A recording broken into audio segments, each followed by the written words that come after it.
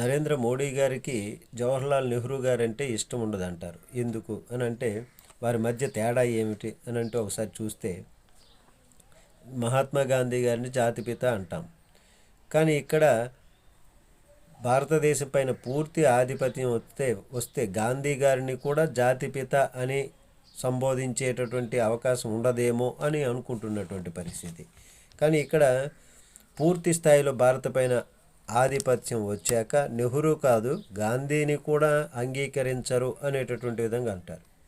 మరి ఎందుకు ఇట్లా అంటే నెహ్రూ గారికి స్వభావానికి అట్లాగే మోడీ స్వభావానికి కూడా ఒక చిన్న తేడా ఉంది. ఇప్పుడు ఇక్కడ ఏంటి, నరేంద్ర మోడీ గారి గురువు బీజేపీని ఈ స్థానానికి తీసుకొచ్చినటువంటి, ఈ స్థాయికి తీసుకొచ్చినటువంటి హిందుత్వ రాజకీయ పితామహుడు ఎల్కే అద్వానీ గారు. మోడీ గారు ఎల్కే అద్వానీ గారిని ఏ పరిస్థితిలో ఉంచారో అని అందరికీ తెలిసినటువంటి విషయమే అనుకుంటున్నారు.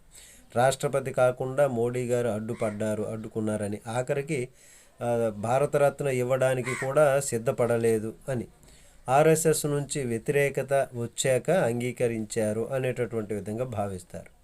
మరి ఎల్కే అద్వానీ తన కష్టంతో తన స్వహస్తాలతో బీజేపీని ఈ స్థాయికి తీసుకొచ్చినటువంటి పరిస్థితి, మరి ఆ విధంగా ఈ స్థాయికి నిలిపినటువంటి పరిస్థితిలో నరేంద్ర మోడీ గారు ప్రధానమంత్రి కావడానికి అద్వానీ నిర్మించినటువంటి కృషి లేకుండా మోడీ గారు పీఎం కాగలిగేవారా అని కూడా అంటారు.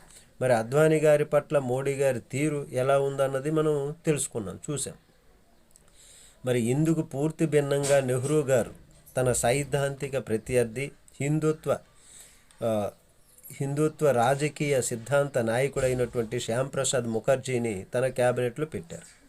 తాను ఎట్టి పరిస్థితుల్లో కూడా అంగీకరించని మత రాజకీయాలకు ప్రతీకగా ఉన్నటువంటి శ్యాంప్రసాద్ ముఖర్జీని హిందుత్వ సిద్ధాంత నాయకుడు ఆయన. మరి ఇప్పటికీ కూడా జనసంఘ్ వాళ్ళు అలాగే ఆరాధ్య దైవంగా భావిస్తారు ఈ శ్యాంప్రసాద్ ముఖర్జీ గారిని. అట్లాంటి వ్యక్తిని నెహ్రూ గారు తన క్యాబినెట్లో పెట్టుకోవడం అంటే, అట్లాంటి పరిస్థితి నెహ్రూ గారిది. అట్లాగా అయితే మోదీ గారికి సొంత గురువు అయినటువంటి అద్వానీని కాదనేటటువంటి పరిస్థితి. కాబట్టి వారి మధ్య తేడా ఇది అని అనుకుంటున్నటువంటిది. ఏమంటారో కామెంట్ చేయండి. నమస్తే.